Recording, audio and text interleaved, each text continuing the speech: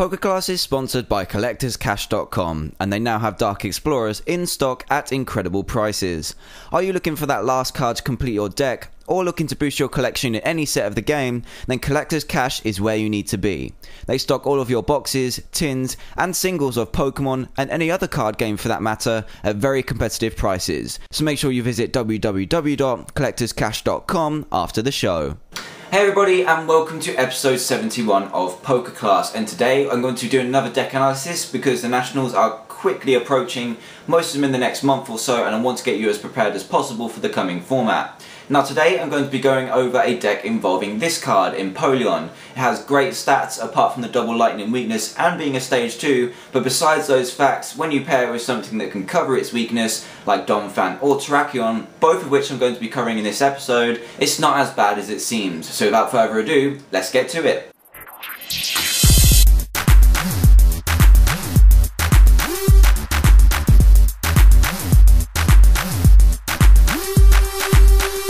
We're going to be analysing this card to start off the analysis, and it's Empoleon. It's a stage 2 water type with double lightning weakness, which is technically horrible in this matchup, but when you look at the rest of its stats, it's actually worth giving a try.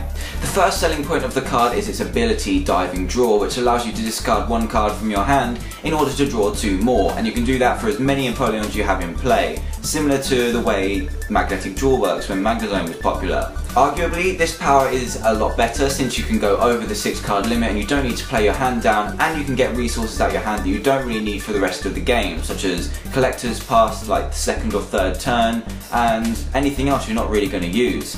The second selling point is its attack command, which does 10 times the amount of Pokemon that are in play on both your opponent's side of the field and your own. So that can max out at 120 damage, but look at how much energy it costs to attack, just the one. This puts it on par with Jumpluff as it was back in the old format, but has whatever Jumpluff really wanted in the first place. A lot of HP, it still attacks with the same amount of energy, and it has the built-in draw power, so you don't need support from another Pokemon to play it. However, saying that, you don't need the draw support from another Pokemon, but you do need the support when it comes to the lightning weakness. You definitely need something to deal with it. The best ways to deal with this are going to be Donphan or Terrakion, both of which are incredible choices in this deck because you do need something to shield that lightning weakness that Empoleon has. Now today I'm going to be giving you a skeleton list of the one with Donphan in, because I feel it's the less played version of the deck, but it actually turns out, in my opinion, to be the better version of the deck. It turns out you can be more aggressive, you can abuse the cost of 1 energy compared to Terrakion's 2 or 3, and you don't need to run experience share. You do need to evolve, but you do have that amazing Pokebody that Donphan has, Exoskeleton, which reduces 20 damage for each attack, but we'll get to that in a minute. So, to start off, here is the skeleton list I'll be giving you today, and let's start analysing it.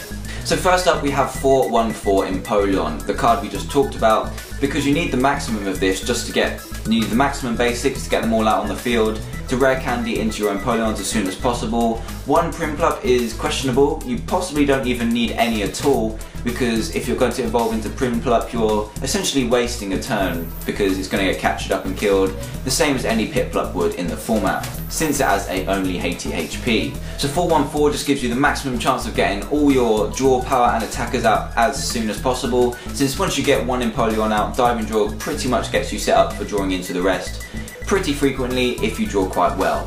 And next you move on to your 3-3 Donphan line, and I've picked Donphan over Terrakion because I just find it to be a much more aggressive attacker rather than being quite passive, which Terrakion is, since you need to suffer a KO or power up 3 energy to get aggressive with it early on in the game, which isn't really going to happen that often. Now Donphan shares the same as Empoleon, as it only attacks with 1 energy doing 60, but it does 120 to stuff like Darkrai, any dark types which are fighting weak, and pretty much all the lightning types in the format. Another great selling point about this card is its Exoskeleton Pokebody, which reduces 20 damage for each attack it receives. Even better is it has minus 20 lightning resistance, so a Zekrom Bolt Strike is only going to be doing 80 to this guy, when a plus powered Bolt Strike can knock out a Terrakion in one go. So evidently that is going to be much better to avoid the Zekrom KOs, and Thunderous isn't going to be doing much to it. It's only going to be doing 40 damage for 3 energy, which really isn't that great at all. Now you do start putting 10 damage on your bench with Earthquake, but you can get this going from turn 2 without the need of rare candy or anything else, while you set up your rare candies for your other stage 2s. Now just quickly evolving into this on the second turn with a fighting energy puts you straight in the aggression hot seat, since you can attach the energy, use catchers to drag up stuff like electrics, you can one-hit KO Thunderous, you can just one-hit KO pretty much most things that any Zekrom player is going to start with. Any Dynamos, any Zekroms with a plus power will get KO'd as well, but pretty much the main thing is that you're going to get a KO on their Thunderous pretty much from the get-go. So those are the main reasons for me running Donphan over Terrakion, but I will cover why you could and how you could run Terrakion later on in the episode. So for now, let's move on to trainers and supporters and see what we've got here. So straight away you've got 4 Pokemon Collector. Now Pokemon Collector is not a card that's seen in a lot of decks, as mentioned in last episode, since the ball engines such as Dual Ball, Ultra Ball and Level Ball have been used much more frequently, because decks traditionally only need to get out big basics or stage 1s, and it frees up the supporter use for the first turn in particular. Now this deck definitely needs to get its basics out in the first few turns, otherwise it will suffer incredibly, since if you get a KO on any of your single Pokemon, you're not going to be able to rare candy or evolve into them, which is a big issue. So turn 1 Collector lets you fish out 3 Piplups, or 2 Piplups and a Phanpy, whichever you need for the matchup, and it just gets you prepared for your second and third turns, which you need to explode on to get this deck attacking and being as aggressive as possible. And that's pretty much the main reason we've got 4 Collector in here. You can't really risk the flips on Dual Ball, because you do need at least 2 of each Pokemon out at the same time, otherwise you'll suffer KOs that put you back a lot in your strategy. Say you only put 1 Piplup down, that gets KO'd and you're holding Rare Candy Empoleon, you're just not going to be able to do anything with it, so it's definitely worth putting 4 Collector in here. Next up you have your main draw support, which is 4 Juniper, 4 Pon and 3 N. N is notably very powerful in this deck because, like Magnezone, you can fill your hand back up. Arguably it's not as good as Magnezone in the late game N, but when you have multiple Empoleons in play and your opponent tries to do an N, you can just keep diving, draw your stuff out of your hand that you don't really need, such as a Junkam. Say you've been N down to 2, you draw a Junkam, you don't really need it, or you draw something like a Collector in the late game, you can just dive and draw into a supporter and get going from there. So N is arguably a really powerful card in this deck. Other than that, 4 Juniper and 4 Pon is pretty standard. You need Junipers to try and draw into your Rare Candy and Empoleon at the same time, and Pon just for general hand refresh when you don't want to be wasting resources. Up next is the pretty much mandatory 4 Rare Candy, because you need to get your Empoleons out as quick as possible.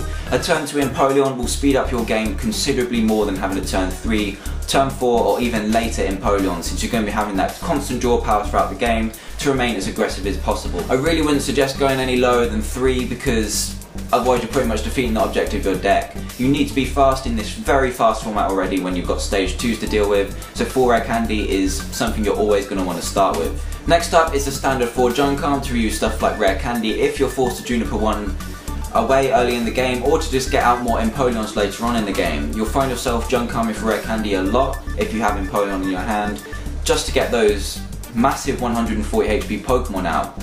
When you're not against anything lightning type, 140 HP is a lot to take down in one hit when you're not taking into account EXs, which I'll get onto later with one of the tech cards. So you take full advantage of that by being able to Rare Candy straight away, so 4 Junkam, being able to catch all the time as well. It's just an amazing card at the moment that you can't have less than 3 of in a deck, so 4 is definitely my recommendation at the moment.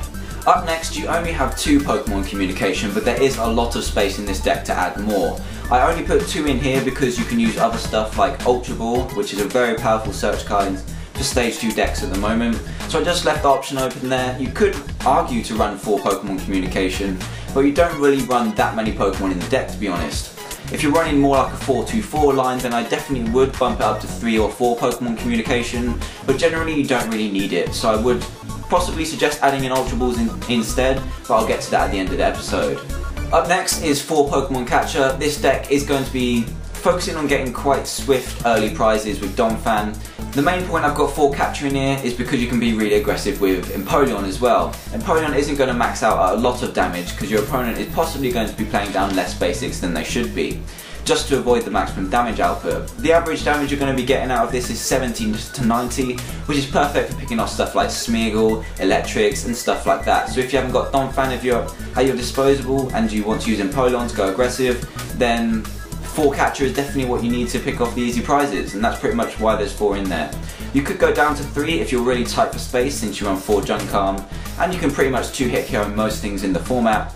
So it's definitely something to consider just running 4 if you can. 2 switch is pretty much mandatory because your Donphan has a massive 4 retreat cost. Your Empoleon has a pretty annoying 2 retreat cost when you don't run that much energy and you don't run any double colourless energy in this deck. So the double retreat cost is going to be a pain. The 4 retreat cost is in no doubt going to be a pain. So 4 junk card paired with 2 switch is going to give you that flexibility that you need to get active Pokemon out of the active position when you need to. Say when you need to get Donphan active, when you have Empoleon active and you don't want to waste the energy, Switch is just the perfect card to do that, so 2 is a pretty nice number. And last up is Super Rod, a mandatory card in this deck. Your deck burns through resources incredibly quickly to get these stage 2s out, so anything like energy is very precious in this deck. So I recommend Super Rod and possibly even a second one, but I'll get onto that later, because of the amount of resources this deck does spend. So yeah, 1 Super Rod is great for recovering stuff that you have to Juniper away earlier on, and just for recovering your stage 2 Pokemon that you need for later on as well. Onto energy, and it's kind of hard to decide how to weigh this up. I originally had 7 of each energy in here, but decided to drop the fighting down when I took Terrakion out because Donphan's only going to be operating off 1 energy, and you're very rarely going to get heavy impact going until you hit the late game. So pair 7 water energy with 6 fighting energy and the Super Rod you've got in there, you should be able to power up your Pokemon enough since they only require 1 energy to attack, and you can have the option in there to use heavy impact later on in the game if you really feel you can do that. So you actually have quite a lot of tech options, or quite a lot of filler you can put in to stay as consistent as possible. Once you get the Empoleon out, your deck pretty much runs quite smoothly because of its power, but when you don't have the Empoleon out, that is the issue. You need to get these Empoleons out as quickly as possible. So here are some things that can help you along, or to check out the list a little bit more. Now the first thing you could consider is taking out the 3/3 Donphan and putting in 3 Terrakion and 3 experience share.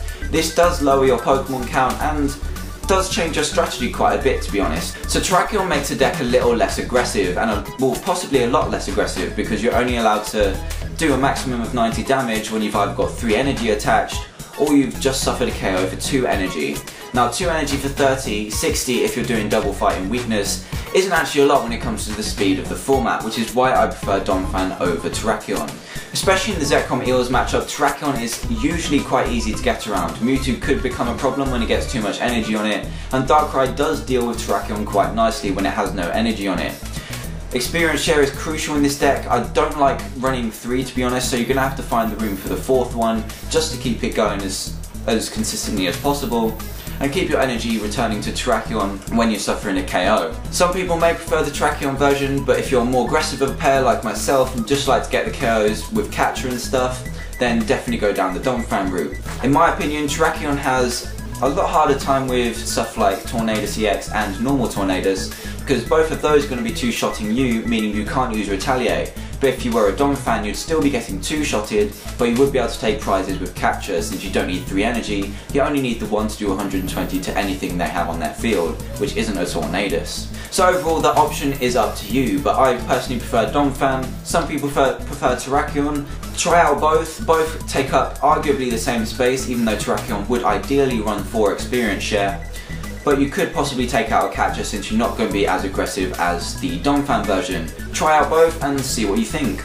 Another option you have, and as a result of my testing, I've found out that you don't really need Primplop in there. If you're ever evolving into Primplop, it is going to be the main capture target of your opponent since it only has 80 HP. If it had 90 HP, it would arguably be better since it doesn't suffer from Hurricane and stuff like that.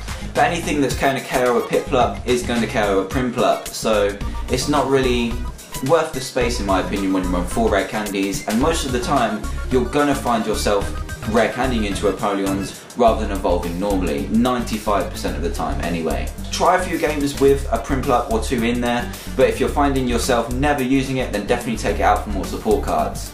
As I mentioned earlier, Ultra Ball over Pokemon Communication could be an option since it gets cards out of your hand you don't really need and searches out that stage 2 when you have stuff like rare candy in your hand. It just makes sure you can get the stage 2 out as quickly as possible if you're holding rare candy in your starting hand, and just doesn't rely on you having the Pokemon in your hand to use Pokemon Communication. A mixture of 2 of each could be the ideal amount, just try it out, and it's really up to personal preference really. Another card to think about is Max Potion, because in any matchup that isn't Zekrom Eels where you're going to get 1-hit KO'd a lot, the 140 HP really does last quite a while, at least 2 shots. So what you can do is when you're up against something like Celebi Mewtwo Tornadus or anything else that 2-shots you, you take the shot, and you're probably going to be two-shotting them as well, because Empoleon doesn't output a lot of damage when your opponent is playing smartly, so you're going to be two-shotting each other. And what Max Potion does is pretty much reverse the turn on your opponent's side.